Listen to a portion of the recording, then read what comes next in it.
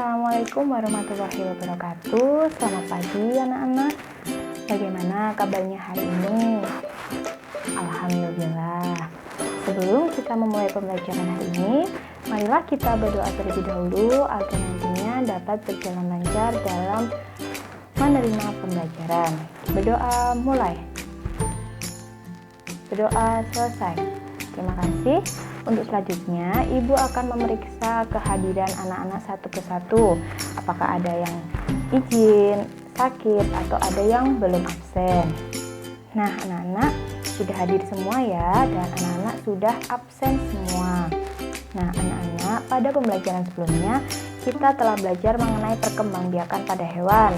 Nah, untuk hari ini, kita akan belajar mengenai perkembangbiakan pada tumbuhan. Selain itu, kita juga akan belajar mengenai jenis-jenis hewan dan tumbuhan langka.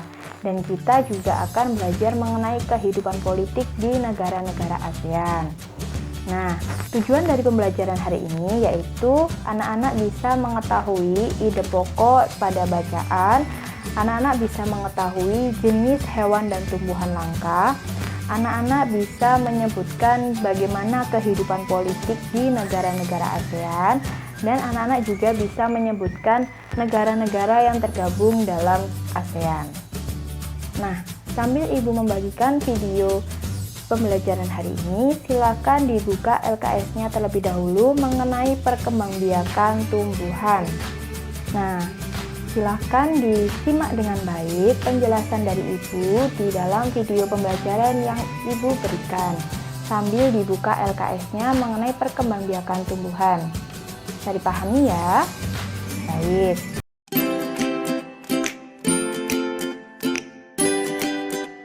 Assalamualaikum warahmatullahi wabarakatuh. Baik, untuk pembelajaran kali ini Ibu akan menjelaskan mengenai materi pada tema 1, tema 3 pembelajaran 1. Sebelum kita memulai pada pembelajaran berikutnya, marilah kita berdoa terlebih dahulu. Berdoa mulai. Berdoa selesai. Nah, anak-anak sudah siap ya menerima materi dari Ibu? Baik. Nah, tahukah kamu hewan Sumatera, harimau Sumatera, orangutan dari Kalimantan, atau badak bercula satu dari ujung kulon? Hewan-hewan tersebut merupakan jenis hewan Indonesia yang dilindungi karena langka. Apa yang menyebabkan hewan tersebut langka? Mari kita pelajari. Nah, yang pertama kita akan mempelajari pada muatan pembelajaran bahasa Indonesia. Di muatan pembelajaran bahasa Indonesia di sini, Ibu akan menjelaskan mengenai ide pokok bacaan dan kesimpulan dari suatu bacaan. Nah, anak-anak sudah tahu.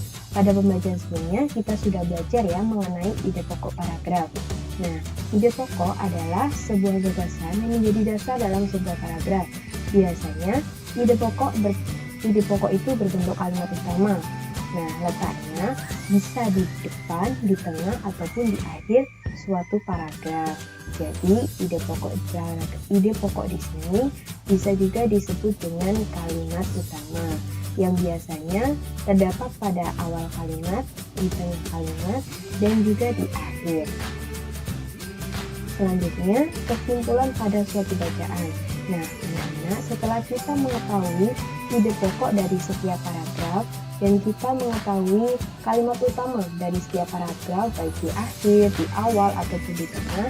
Setelah itu kita akan menarik kesimpulan dari bacaan tersebut. Nah, apa itu kesimpulan? Kesimpulan adalah kalimat yang disampaikan dari beberapa paragraf bacaan yang kita baca. Kesimpulan bisa dijadikan hasil informasi akhir yang penting dari bacaan yang dibaca. Kesimpulan diperoleh dari menentukan ide pokok dalam kalimat utama dan informasi penting dari kalimat penjelas. Nah, jadi kesimpulan pada suatu bacaan di sini merupakan hasil akhir dari aktivitas kita membaca dari suatu bacaan tersebut. Setelah kita mencari ide pokok dari suatu bacaan, barulah kita dapat menyimpulkan isi dari bacaan tersebut. Nah, di sini Ibu punya gambar. Coba perhatikan dua gambar yang Ibu tampilkan di slide PPT ini. Yang satu gambar dari hutan dan yang satu gambar dari perkotaan. Nah, tentunya Dari gambar ini, anak-anak mengetahui bagaimana sih pentingnya menjaga kelestarian lingkungan sekitar kita. Nah, selanjutnya, seberapa pentingkah pelestarian hewan dan tumbuhan itu? Pelestarian hewan dan tumbuhan. Hewan dan tumbuhan memerlukan tempat hidup untuk hidup dan dapat berkembang biak. Tempat hidupnya disebut habitat, misalnya hutan. Nah, maka dari itu perlu adanya pelestarian hutan untuk menjaga kelestarian hewan dan juga tumbuhan. Nah, jadi hewan dan tumbuhan di sini perlu dilestarikan karena mereka juga memerlukan hidup dan juga memerlukan berkembang biak. Nah, tempat hidupnya biasanya disebut dengan habitat. Misalnya saja contohnya habitatnya di hutan. Nah, kita juga harus menjaga hutan tersebut agar dijaga kelestariannya. Nah, bagaimana cara menjaga pelestarian hutan? Pelestarian hutan di sini dibagi menjadi dua, yaitu pelestarian in situ dan ex situ. Nah, anak-anak tahu nggak apa itu pelestarian in situ dan pelestarian ex situ? Baik, Ibu akan jelaskan apa itu pelestarian in situ dan apa itu pelestarian ex situ. Pelestarian in situ adalah pelestarian yang dilakukan di dalam habitatnya asli. Misalnya nih, cagar alam, suaka marga satwa, dan juga taman nasional.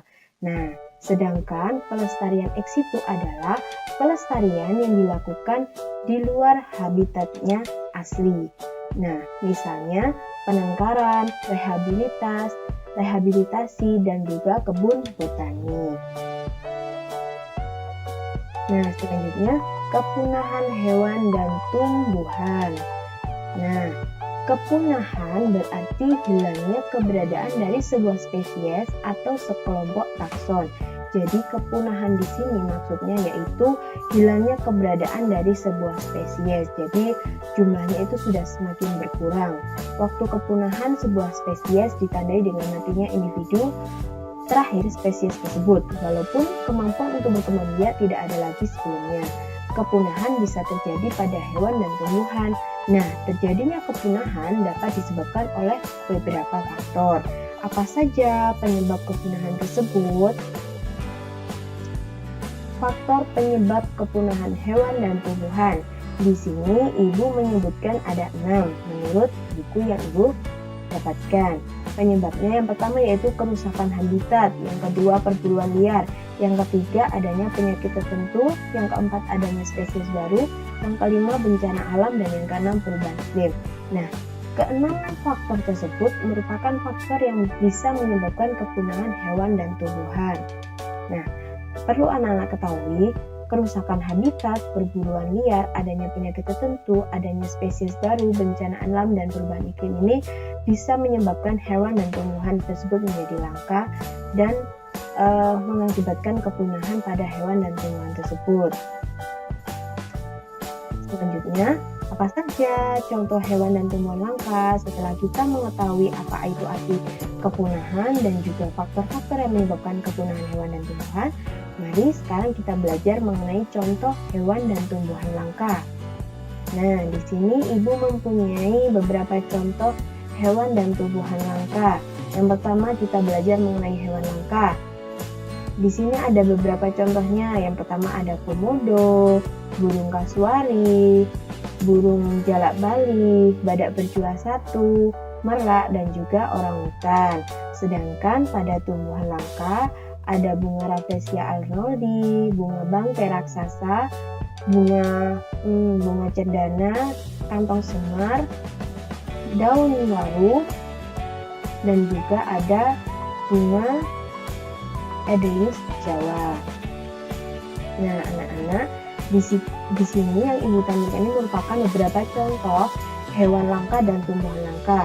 Selain yang Ibu tampilkan di sini masih banyak lagi jenis dan hewan dan tumbuhan langka. Jadi, anak-anak bisa mengetahui apa saja jenis hewan dan tumbuhan langka yang ada di sekitar kita. Maka dari itu, kita harus senantiasa selalu melestarikan hewan dan tumbuhan langka yang ada di sekitar kita. Selanjutnya, kita belajar pada muatan pembelajaran IPS, yaitu mengenai negara-negara ASEAN. Nah, Pada muatan pembelajaran IPS di sini, kita akan belajar mengenai kehidupan politik dari negara-negara ASEAN tersebut. Nah, bagaimana sih kehidupan politik negara-negara ASEAN? Mari simak penjelasannya. Setiap negara memiliki kehidupan politik yang berbeda-beda dengan sistem pemerintahan yang dimiliki oleh masing-masing negara tersebut, terutama negara ASEAN, menjadikan terdapat beberapa perbedaan di dalamnya. Nah, siapa saja anggota yang termasuk dalam negara-negara ASEAN tersebut? Nah, di sini Ibu mempunyai gambar beberapa anggota-anggota yang masuk dalam negara ASEAN. Yang pertama ada Myanmar, Thailand, Laos, Filipina, Indonesia, Kamboja, Vietnam, Brunei Darussalam, Singapura, dan Malaysia. Nah, dari 10 negara tersebut merupakan anggota dari negara ASEAN. Nah, dari masing-masing negara tersebut memiliki perbedaan di masing-masing negaranya, seperti sistem pemerintahan dan juga bagaimana cara negara tersebut memimpin negara-negara yang ada di sekitarnya. Pada pembelajaran kali ini kita sudah belajar mengenai ide pokok dan juga kesimpulan mengenai pelestarian hewan dan juga contoh hewan yang kita. Begitu juga dengan materi kehidupan politik di negara-negara ASEAN. Nah, Ibu rasa cukup sekian untuk pembelajaran kali ini. Tetap semangat belajarnya. Sampai jumpa pada pembelajaran berikutnya. Terima kasih. Wassalamualaikum warahmatullahi wabarakatuh. Nah, anak-anak, itu tadi merupakan video pembelajaran pada hari ini. Nah, tadi sudah Ibu jelaskan mengenai perkembangbiakan pada tumbuhan. Ada dengan cara biji, umbi, tunas, dan juga spora. Nah, tumbuhan itu juga termasuk makhluk hidup. Nah, salah satu cirinya yaitu dengan cara berkembang biak. Nah, tadi juga sudah Ibu jelaskan apa saja contoh tumbuhan yang berkembang biak dengan cara umbi, tunas, biji, dan juga spora. Nah, selain perkembangbiakan pada tumbuhan, ada umbi, biji, spora, dan juga tunas. Kita juga perlu mengetahui jenis-jenis hewan dan tumbuhan langka yang ada di Indonesia. Nah, apa saja jenis-jenisnya? Tadi sudah Ibu paparkan mengenai jenis-jenis hewan dan tumbuhan langka yang ada di Indonesia. Contohnya ada bunga bangkai raksasa, pohon gaharu, dan masih banyak lagi. Nah, contoh hewan langka itu apa saja? Ada burung kasuari, cendrawasih, komodo, dan masih banyak lagi. Nah,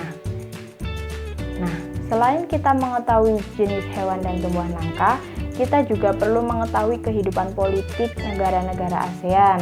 Nah, dari negara-negara ASEAN tersebut, kita harus mengetahui bagaimana kehidupan politiknya, bagaimana sistem pemerintahannya, dipimpin oleh siapa, apakah presiden, raja, atau sultan, atau yang lainnya.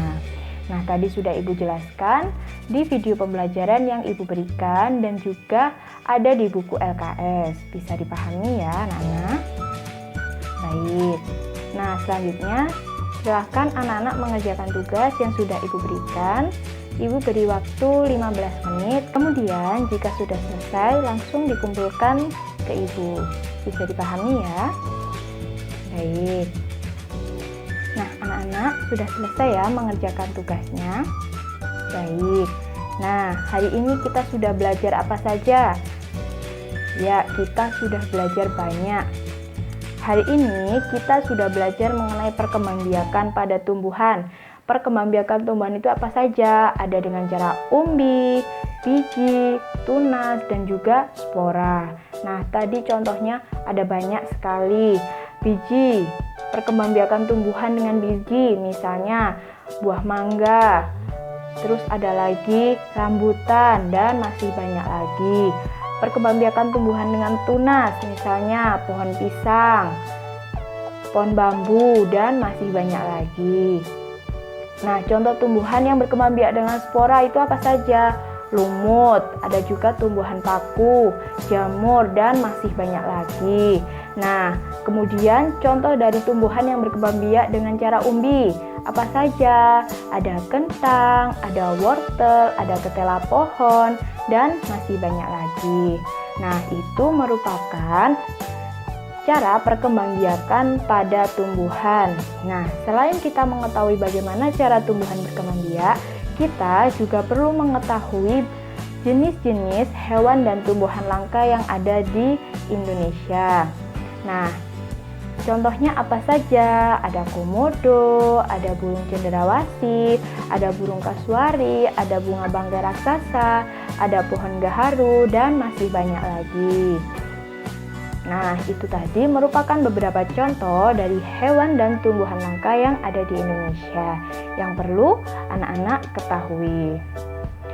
Nah, selain itu, dari jenis hewan dan tumbuhan langka tersebut, kita juga perlu melestarikan hewan-hewan yang ada di sekitar kita maupun tumbuhan yang ada di sekitar kita. Kita harus merawatnya dengan baik, memperlakukannya dengan baik, dan menyayanginya dengan setulus hati. Nah, selain itu, kita juga tadi sudah belajar mengenai kehidupan politik di negara-negara ASEAN. Nah, selain kita memahami dan mengetahui kehidupan politik di negara kita sendiri, kita juga perlu mengetahui, mempelajari kehidupan politik di negara-negara ASEAN. Negara-negara yang tergabung di ASEAN itu ada Myanmar, Kamboja, Thailand, Vietnam, Brunei Darussalam, Singapura, Laos, Malaysia, Indonesia, dan juga Filipina. Nah, itu tadi merupakan anggota-anggota negara yang tergabung di ASEAN. Nah, anak-anak sudah bisa dipahami ya untuk pembelajaran hari ini. Baik. Nah, anak-anak, untuk tugasnya yang belum mengumpulkan, silahkan segera dikumpulkan. Untuk pembelajaran hari ini sampai di sini terlebih dahulu. Kita sambung pada pembelajaran selanjutnya. Ibu akhiri, wassalamualaikum warahmatullahi wabarakatuh. Terima kasih. Selamat siang.